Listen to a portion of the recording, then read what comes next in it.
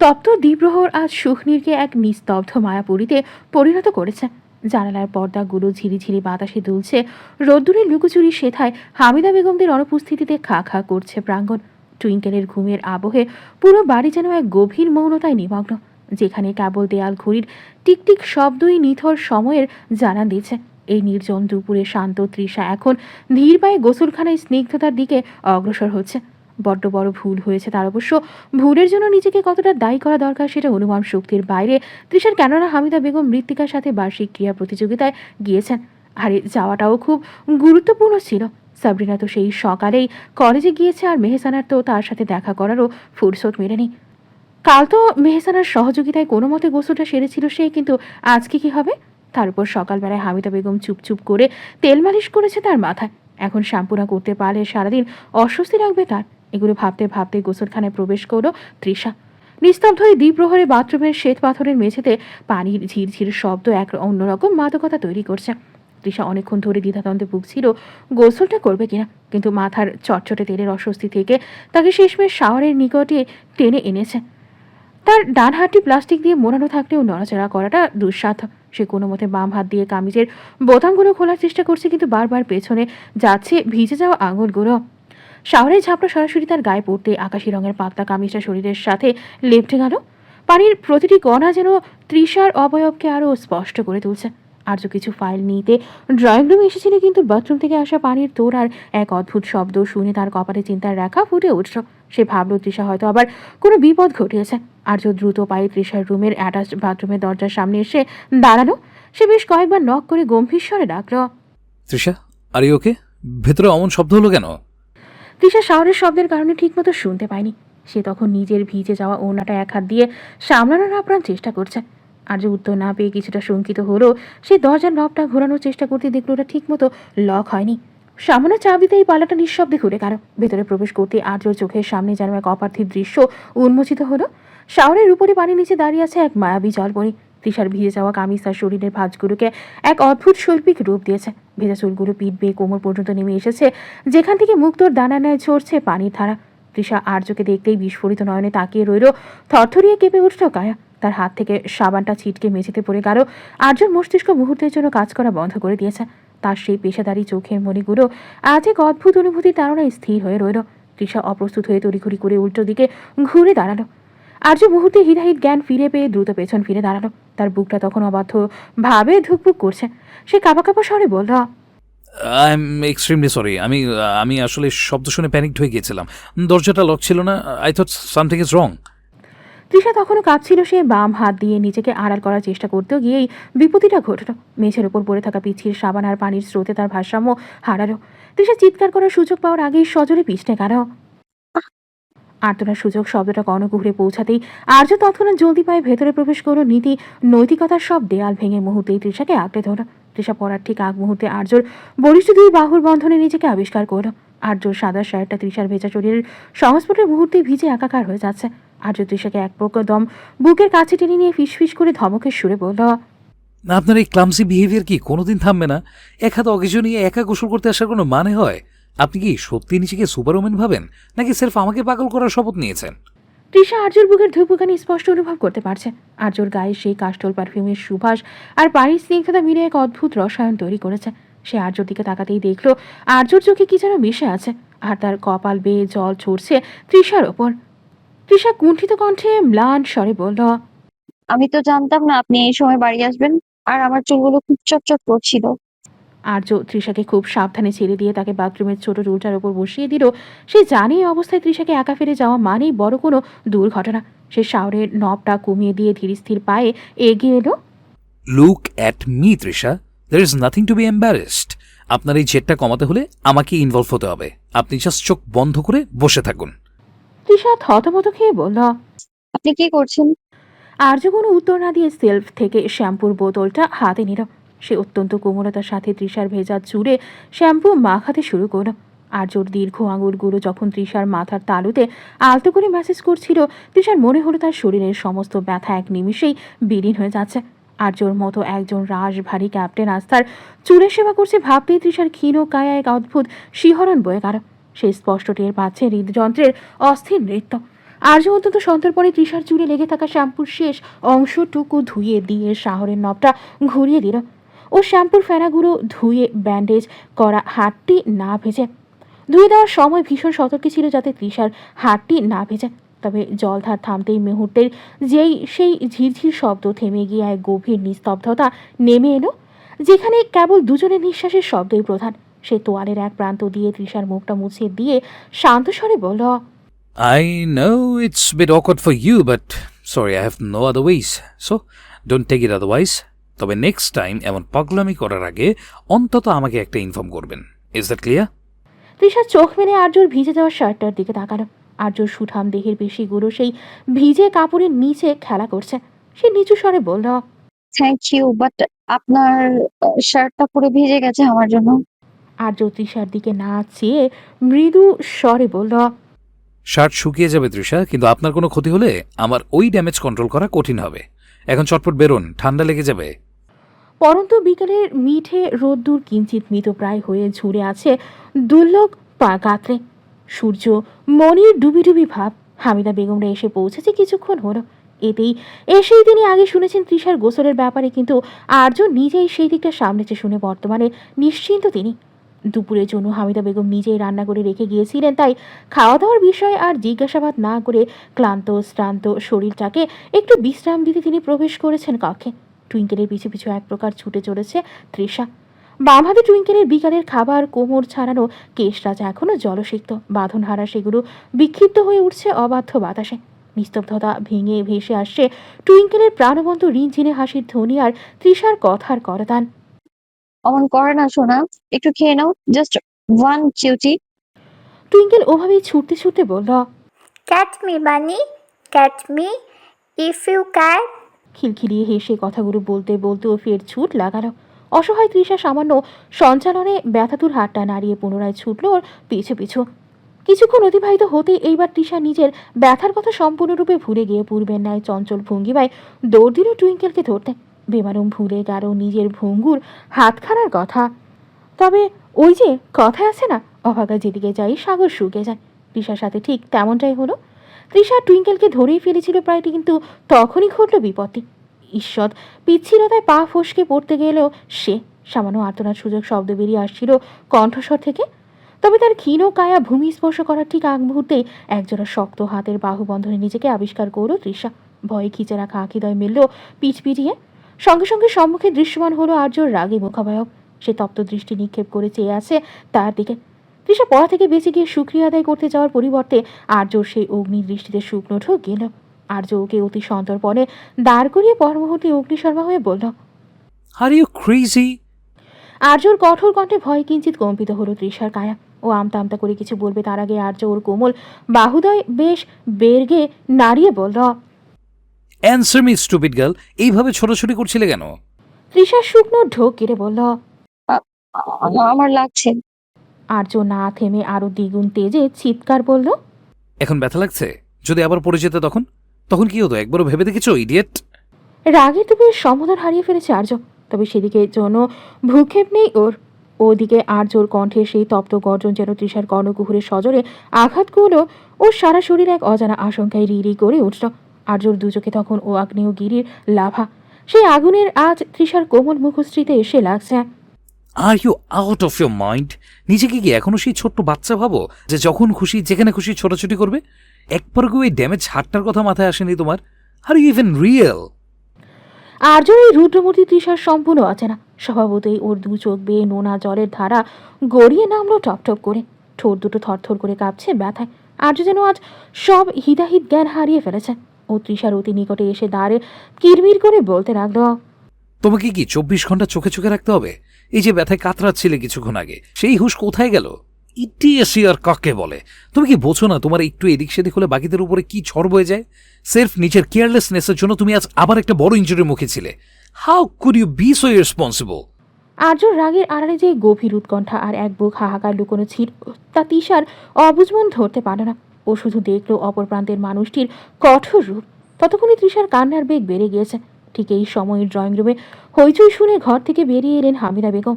তার পিছু পিছু আতঙ্কিত মুখে সাবরিনার মৃত্তিকাকেও দেখা গেল। হামিদা বেগম বিস্ময়ে হতবাক হয়ে বললেন, কি হয়েছে আরজু, এভাবে চেঁচানি দিচ্ছ কেন বাবা? কিন্তু আর্য যেন তখন ঘোরের মধ্যে। ও তৃষাকে শাসন করতে করতে এক প্রকার নিজের বুকের কাছে টেনে নিয়েছিল অজান্তেই। ওর বলিষ্ঠ বাহুবন্ধনে তৃষার ক্ষীণ কায়া তখনও থরথর করে কাঁপছে। ওর বিরামহীন অশ্রুধারা আর্যর ষাটের উপরিভাগ সিক্ত করে দিচ্ছে। ঠিক সেই মুহূর্তেই ছোট্ট টুইঙ্কেল তার দুই খুদে হাত কোমরে রেখে ভ্রু কুচকে বীর দর্পে এগিয়ে এলো আর্যর দিকে।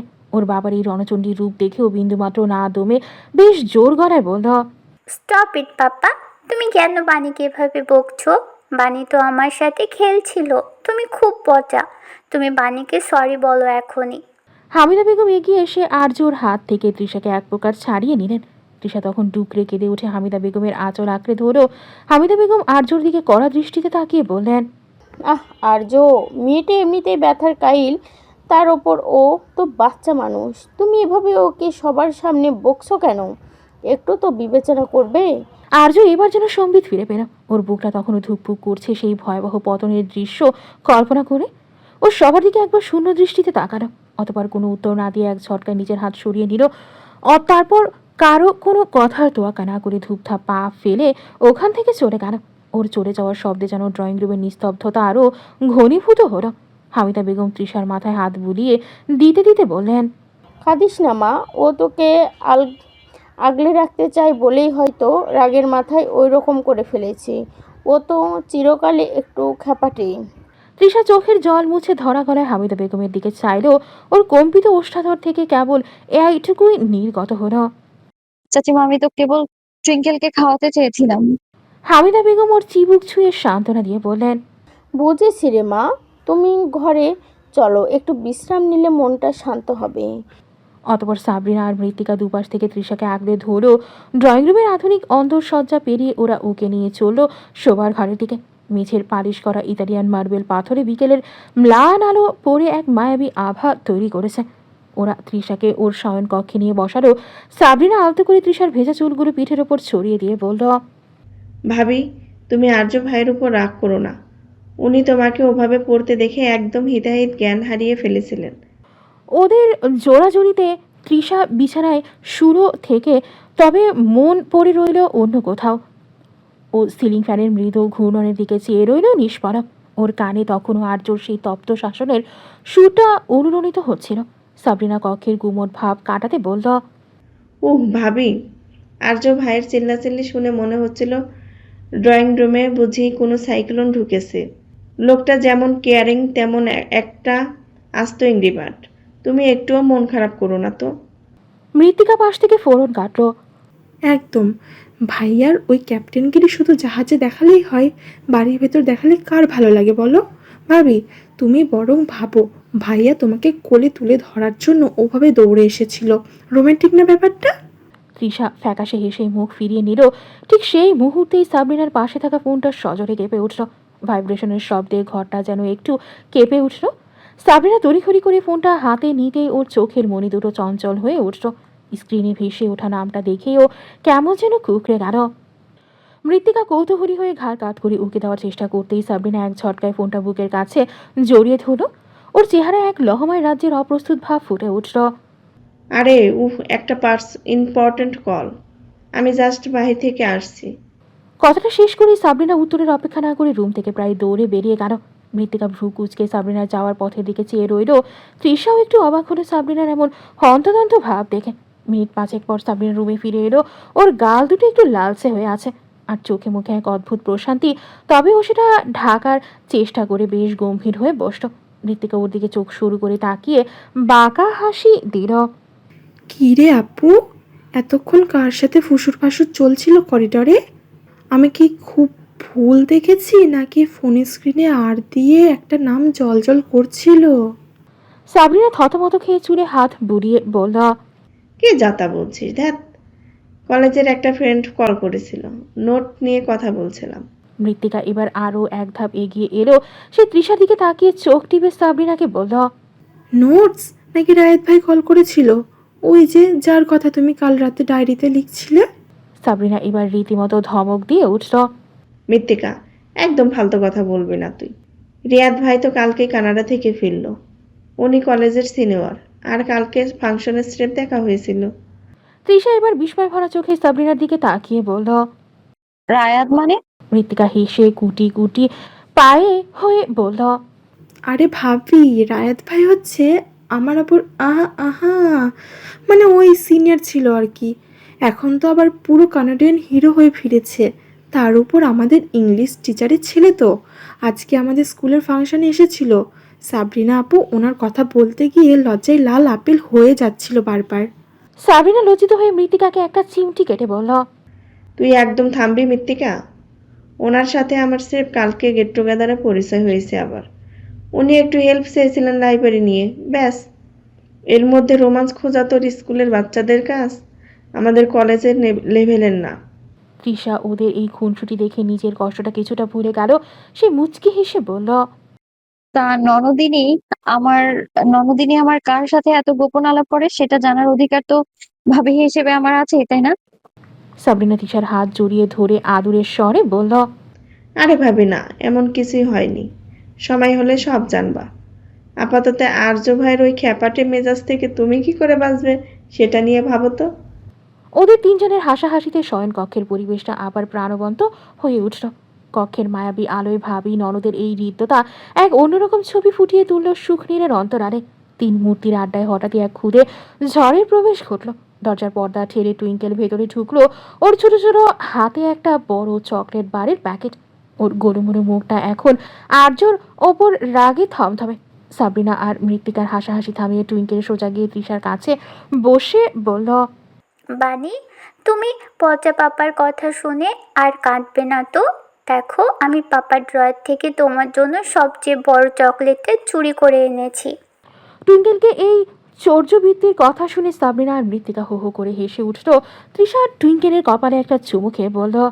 পাপা দেখলে তো বকবে শোনা, তুমি এটা ওনার ড্রয়ারে রেখে আসো। টুইঙ্কেল নাক কুচকে জেদি গলায় বলল। একদম না, পাপা তোমাকে বকেছে, তাই এখন পাপার সব পচা জিনিস আমাদের। জানো বানি, আমি না পাপ্পাকে একটা পানিশমেন্ট দিয়েছি। পাপা যখন সোফায় বসে ফাইল দেখছিল, আমি পাপ্পার ল্যাপটপের উপর আমার স্টিকার লাগিয়ে দিয়েছি। এখন পাপ্পাকে দেখতে পুরো একটা বেড়াল ছানার মতো লাগছে। মৃত্তিকা হাসতে হাসতে বিছানায় গড়িয়ে পড়ে। ওরে খোদা, আর্য ভাইয়া 4 লাখ টাকার ল্যাপটপের স্টিকার! টুইঙ্কেল, তুই তো দেখি আমাদের হয়ে সব প্রতিশোধ নিয়ে নিয়েছিস। টুইঙ্কেল গর্বিত ভঙ্গিতে বুক ফুলিয়ে বলল। আমি তো আরো বড় পানিশমেন্ট দিব। পাপা যখন রাতে ঘুমোবে, আমি পাপার শার্টের ভিতর পানি ঢেলে দিব, দেখতে কেমন মজা হয়। টুইঙ্কেলের এমন প্রতিশোধ পরায়ণ কথাবার্তায় হেসে গুটি গুটি হলো সকলে। না চাইতেও হাসল তৃষা। আর তৃষাকে হাসতে দেখে হাসি ফুটল টুইঙ্কেলের গম্ভীর হয়ে থাকা তুলতুলে মুখাবয়বে। ও তৃষার চোয়ালে শব্দ করে চুমু খেয়ে বলল। তুমি কখনো কাঁদবে না তো বানি? তোমাকে হাসলে অনেক সুন্দর লাগে, কিন্তু কাঁদলে পচা মেয়েদের মতো লাগে। তৃষাও টুইঙ্কেলের চুমু খেয়ে বলল। আচ্ছা কিউটি পাই, বানি আর কখনো কাঁদবে না, হ্যাঁ? টুইঙ্কেল ওর কনিষ্ঠ আঙুলটা তৃষার দিকে এগিয়ে দিয়ে বলল। প্রমিস তো? তৃষা ওর কনিষ্ঠ আঙুল বাঁকিয়ে টুইঙ্কেলের এগিয়ে রাখা তুলতুলে আঙুলটার ছুঁয়ে বলল, পিঙ্কি প্রমিস। শুকনীরের ওপর দিয়ে সন্ধ্যায় মায়াবী আধার ঘনিয়ে এসেছে। নীলাকাশের বুকে চিরে তখন কেবলই দু একটি তারার ঝিলিক দেখা যাচ্ছে। ড্রয়িং রুমে আজ সেই পরিচিত প্রাণবন্ত আড্ডার সুরটা বড্ড অনুপস্থিত। নৈশভোজের সময় টেবিলে একরাশ নীরবতা জেঁকে বসেছে। সময় টেবিলে একরাশ ঝাড় লণ্ঠনের হলদেটে আলোয় ডাইনিং টেবিলের রূপালি বাসনগুলোয় বিকেলের সেই বিষণ্ণতার ছাপ লেগে আছে। টেবিলে সবার উপস্থিতি থাকলেও কেবল একটি চেয়ার শূন্য। তৃষা সেই শূন্য আসনটি যেন আর্যর চোখের সামনে এক মস্ত বড় প্রশ্নবোধক হয়ে বিচ্ছে। সাবরিনা আর মৃত্তিকাও আজ বড্ড চুপচাপ। টুইঙ্কেল তার প্লেটে ভাতের দানাগুলো নিয়ে কেবল খুঁটিয়ে চলছে। ওর গোল গোল চোখ দুটো এখনো অভিমানে লাল। আর্য নিজের প্লেটে খাবার তুলে নিলেও এক লোকমা মুখে তোলার সাহস পেল না। তার অবচেতন মন বারবার সেই বিকেলের দৃশ্যটার পুনরাবৃত্তি ঘটিয়ে চলেছে। তৃষার কান্নাসিক্ত মুখ আর কম্পিত ওষ্ঠাধর যেন তার বুকের বাঁ পাশে এক বিচিত্র যন্ত্রণার সৃষ্টি করছে। আর্য নীরবতা ভেঙে হামিদা বেগমের দিকে তাকিয়ে অত্যন্ত নিচু স্বরে জিজ্ঞেস করল। চাচিমা, তৃষা কোথায়? হামিদা বেগম ভাতের লোকমা মুখে দিতে গিয়েও থেমে গেলেন। তার মুখাবয়বে এক রাশ গাম্ভীর্য। তিনি বেশ রুক্ষ স্বরে উত্তর দিলেন। মেয়েটা ঘরের দরজা দিয়ে শুয়ে আছে। আমি ডেকেছিলাম, ও বলল ওর নাকি খিদে নেই, শরীরেও নাকি জুত লাগছে না। খাবেই বা কী করে? যে শাসনে তোরে ওর মনটাই ভেঙে চুরমার হয়ে গেছে, সেখানে পেটের খিদের কথা মনে থাকে? চাচিমার এই কড়া কথাগুলো তীরের মতো আর্যর বুকে বিঁধল। সে এবার টুইঙ্কেলের দিকে চাইল। টুইঙ্কেল ওর দিকে এক ঝলক তাকিয়ে মুখ ফিরিয়ে নিল। আর্য ওর গাল ছুতে যেতেই টুইঙ্কেল কাঁধ ঝাঁকিয়ে সরে বসল। পাপ্পা, তুমি আমাকে ডাকবে না। তুমি পানিকে কাঁদিয়েছো। তুমি ভেরি ভেরি ব্যাড। আমি তোমার সাথে কোনো কথা বলবো না। আর্য দীর্ঘশ্বাস ফেলে নিজের প্লেটটা একপাশে সরিয়ে রাখলো। সে বুঝতে পারছে আজ এই বাড়িতে সে একঘরে হয়ে পড়েছে। সে চেয়ার ছেড়ে উঠে দাঁড়িয়ে হামিদা বেগমকে বলল, চাচিমা, তৃষা খাবারটা একটা প্লেটে বেড়ে দিন, আমি নিয়ে যাচ্ছি। হামিদা বেগম কথা না বলে গজগজ করতে করতে প্লেটে খাবার বেড়ে দিলেন। তবে প্লেটটা আর্যর হাতে দেওয়ার সময় তিনি একবার ওর দিকে তাকালেন না। আর্য নিজের প্লেটটা ডাইনিংয়ে ফেলে রেখে তৃষার খাবারের প্লেটটি হাতে নিয়ে ধীর পায়ে দোতলার করিডোরের দিকে এগোতে লাগলো। উপস্থিত সকলে এক মনে চেয়ে রইল ওর প্রস্থান পথের দিকে। তৃষার ঘরের দরজার সামনে এসে সে থামল। ঘরের ভেতর কোনো আলো জ্বলছে না, কেবল জানালার ফাঁক দিয়ে চাঁদের আলো মেঝেতে এক ফালি সাদা কার্পেট বিছিয়ে রেখেছে। আর্যর হাতটা দরজার কপাটে উঠতে গিয়েও থমকে গেল। এককালের অকুতভয় ক্যাপ্টেন আজ এক চিলতে মেয়েরই অভিমানের কাছে নিজেকে বড্ড অসহায় বোধ করছে। সে মৃদু শব্দে দরজা নক করলেও ভেতর থেকে কোনো সাড়া নেই। আর্য পুনরায় নক করে শান্ত গলায় ডাকল, তৃষা, দরজাটা খুলুন, আমি খাবার নিয়ে এসেছি। মিনিট খানেক পর ভেতর থেকে এক ক্ষীণ আর ভেজা কণ্ঠস্বর ভেসে এলো, আমি খাবো না, আপনি যান এখান থেকে। আর্যর চোয়ালটা শক্ত হলো। সে দরজার হাতলে চাপ দিতেই দেখলো ওটা লক করা নেই। সে সন্তর্পণে ভেতরে প্রবেশ করলো। বিছানার এক কোণে গুটিসুটি মেরে শুয়ে আছে তৃষা। আর্য সুইচ অন করে আলো জ্বালালো। মুহূর্তেই জল আলো উজ্জ্বল উদ্ভাসিত হলো কক্ষ জুড়ে। হঠাৎ তীব্র আলো ঝলকানিতে চোখ খিচে বন্ধ করে নিল তৃষা। আর্য তৃষার একদম কাছে গিয়ে বসলো। ওর মাথায় হাত দিতে গিয়েও সে হাতটা গুটিয়ে নিল। সে অত্যন্ত সংবেদনশীল স্বরে বলল, এইভাবে না খেয়ে থাকলে ওষুধগুলো কাজ করবে না, উঠে বসুন। অপর পাশ থেকে কোনো জবাব না আসায় আর্য ফের ধীর স্থির কণ্ঠে বলল, তৃষা, এইভাবে দেয়ালের সাথে অভিমান করে কি ক্যালোরি লস করা সম্ভব? আপনার বডি এখন হিলিং মোডে আছে। এই সময় স্টাফিং আপনার জন্য একটা লাক্সারি ছাড়া আর কিচ্ছু না। তৃষা চট করে উঠে বসল না, তবে ওপাশ থেকেই নাক টেনে উত্তর দিল, আপনি তো বলেছিলেন আমি ইডিয়েট, আমি কেয়ারলেস। তো একজন ইডিয়েটের সাথে খাবার নিয়ে এত সময় নষ্ট করার কি দরকার? কজ আপনার এই সেলফ ডিস্ট্রাকশন মোডটা আমি সহ্য করতে পারছি না। লজিক্যালি চিন্তা করুন, বিকেলের ওই ইনসিডেন্টে আপনার হাতটা যদি আবার ডিসপ্লেসড হতো, তবে আমাকেই আপনাকে হাসপাতালে বয়ে নিয়ে যেতে হতো। আমি কি সেই এক্সট্রা খাটুনিটা চাইবো? তৃষা এবার এক ঝটকায় উঠে বসলো। ওর চোখের কোণগুলো লাল আর বিক্ষিপ্ত চুলগুলো কপালে এসে লেপ্টে আছে। ও আর্যর চোখের দিকে তাকিয়ে অভিমানী গলায় বলল, আপনার কাছে কি সবকিছু লজিক আর খাটুনি? আপনি তো আমাকে বকা দেওয়ার সময় একবারও ভাবেননি যে সবার সামনে আমার কেমন লাগছে। আপনি তো কেবল আপনার ক্যাপ্টেন গিরিটাই বোঝেন। আমি যে টুইঙ্কেলকে খাওয়াতে গিয়েছিলাম ওটা আপনার লজিকে পড়ে না। আপনি যখন ফ্লোরের উপর দিয়ে পিছলে যাচ্ছিলেন, তখন আমার লজিক কাজ করা বন্ধ করে দিয়েছিল তৃষা। ওই কয়েক সেকেন্ডে আমার হার্টবিট কত ছিল? আর্য এবার কিছুটা নরম হলো। সে তৃষার দিকে সোজাসুজি তাকিয়ে বলল, মানে? নাথিং। ব্যাস, ক্যাপ্টেন আর্য হাসান ফের তার পেশাদারি গাম্ভীর্যে ফিরে গিয়েছে। দেখতেই তৃষা মুখ ফেরালো। ক্ষণিকের ব্যবধানে বলল, তবু ওভাবে কেউ বকে? টুইঙ্কেল পর্যন্ত আপনাকে পচা বলছে। আর্য খাবারের প্লেটটা তুলে তৃষার সামনে এগিয়ে দিল। পচা পাপাকে যদি আবার ভালো পাপার লিস্টে আনতে হয়, তবে বানিকে আগে এই খাবারটুকু শেষ করতে হবে। আমি নিজে খাইয়ে দিতে পারতাম, কিন্তু আপনি তো আবার সেলফ ডিপেন্ডেন্ট হওয়ার চেষ্টা করছেন। সো এই চামচটা ধরুন আর অন্তত অর্ধেকটা ফিনিশ করুন। এটা আমার কোনো অর্ডার নয়, সেলফ একটা রিকোয়েস্ট বলতে পারেন। তৃষা আর্যর এগিয়ে দেওয়া প্লেটের দিকে তাকালো, তবে দৃষ্টির অনুভূতি বুঝতে অক্ষম হলো। অতঃপর বাম হাত দিয়ে চামচটা ধরলো ঠিকই, কিন্তু মুখটা এখনো ভার করে রাখলো। অনুরোধ করছে নাকি ইমোশনাল ব্ল্যাকমেইল? আর্য জানালার বাইরের দৃষ্টি নিক্ষেপ করে বলল, যেটা আপনার ডিনার টেবিলে ফিরিয়ে আনবে সেটাই। এখন কথা কম আর প্রোটিন ইনটেক বেশি করুন। আমি বসে বসে বই পড়ছি। এক লোকমা কম হলে না, কাল সকালে কিন্তু ব্রেকফাস্টের বদলে প্রকাণ্ড একখানা ইঞ্জেকশন আপনার অপেক্ষায় থাকবে। Choice is yours. তৃষা চট করে আর্যর দিকে একবার তাকালো। লোকটার মুখে কোনো ভাবান্তর নেই, যেন সে সত্যি ইঞ্জেকশন পুশ করার প্রফেশনাল নার্স নিয়োগ করে রেখেছে। তৃষা মনে মনে গাল ফুলিয়ে ভাবল, আস্ত একটা হনুমান। না না, হনুমান তো লেজ উঁচিয়ে লাফায়। এটা তো তার চেয়েও অধম। একদম গলার খোসার উপর বসে থাকা ওভারসাইজ গরিলা, রাগী গরিলা। শহরের ব্যস্ত রাজপথে যান্ত্রিক জীবনের কোলাহল আজ যেন একটু বেশিই তীব্র। ধোঁয়াটে আকাশ চিরে সূর্যের তপ্ত রশ্মি পিচঢালা রাস্তার ওপর প্রতিফলিত হয়ে এক অসহ্য দাহ তৈরি করেছে। যানবাহনের অবিরাম হর্ন আর মানুষের কর্মব্যস্ততার মাঝে 2 সপ্তাহ পর নিজেকে আবিষ্কার করল তৃষা। দীর্ঘ 24টি দিন সুখনীরের সেই 4 দেয়ালের ঘেরা টোপে বন্দি থাকার পর আজ নীলিমার খোলা বুক চিরে মুক্ত বাতাসের স্বাদ নিতে সে পা রেখেছে তার চিরচেনা কলেজের আঙিনায়। তৃষার ডান হাতের সেই ভারী ব্যান্ডেজটা এখনো তার অস্তিত্বে জানা দিচ্ছে, তবে মনের ভেতর আজ এক অস্থির বিদ্রোহের অগ্নিস্ফুলিঙ্গ। কাল রাতেও সুখনীরের সেই শান্ত অন্তর্মহলের আর্যর সাথে তার এক প্রস্থ ঝগড়া হয়ে গেছে। আর্যর যুক্তি ছিল অকাট্য, আজ তার হাতের ব্যান্ডেজ খোলার দিন। দীর্ঘ প্রতীক্ষার পর আজই ডাক্তারের কাছে যাওয়ার কথা, তাই কলেজে যাওয়ার কোনো প্রশ্নই আসে না। কিন্তু তৃষার যে ছিল তার চেয়েও বেশি আজকের এই গুরুত্বপূর্ণ ক্লাসটা সে কোনোভাবেই মিস করতে চায় না।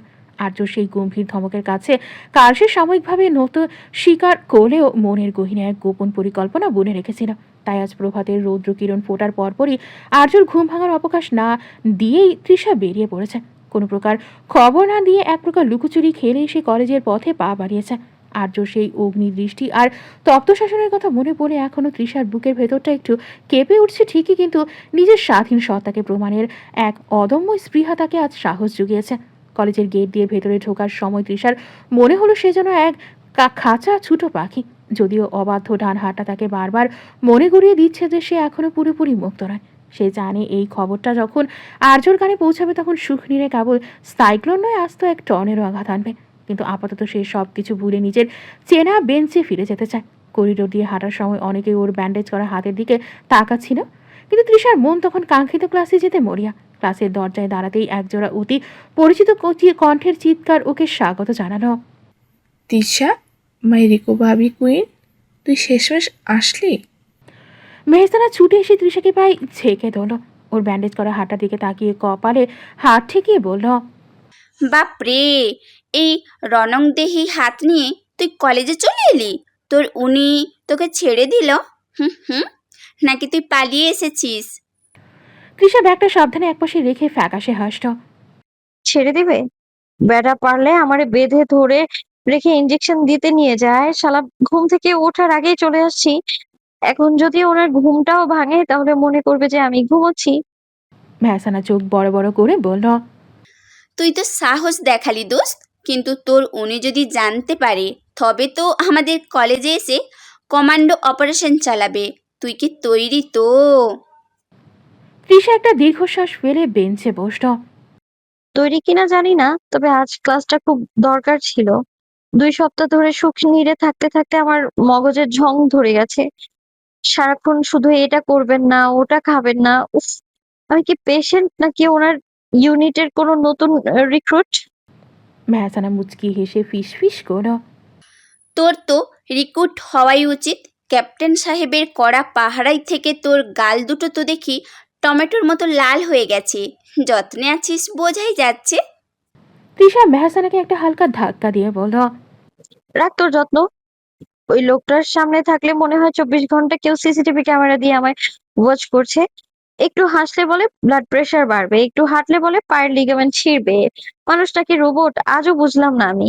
হাসিস না তো, হাতটা অকেজো বলে কি চেষ্টাও করবো না? হাসাহাসির মাঝেই প্রফেসর ক্লাসে প্রবেশ করলেন।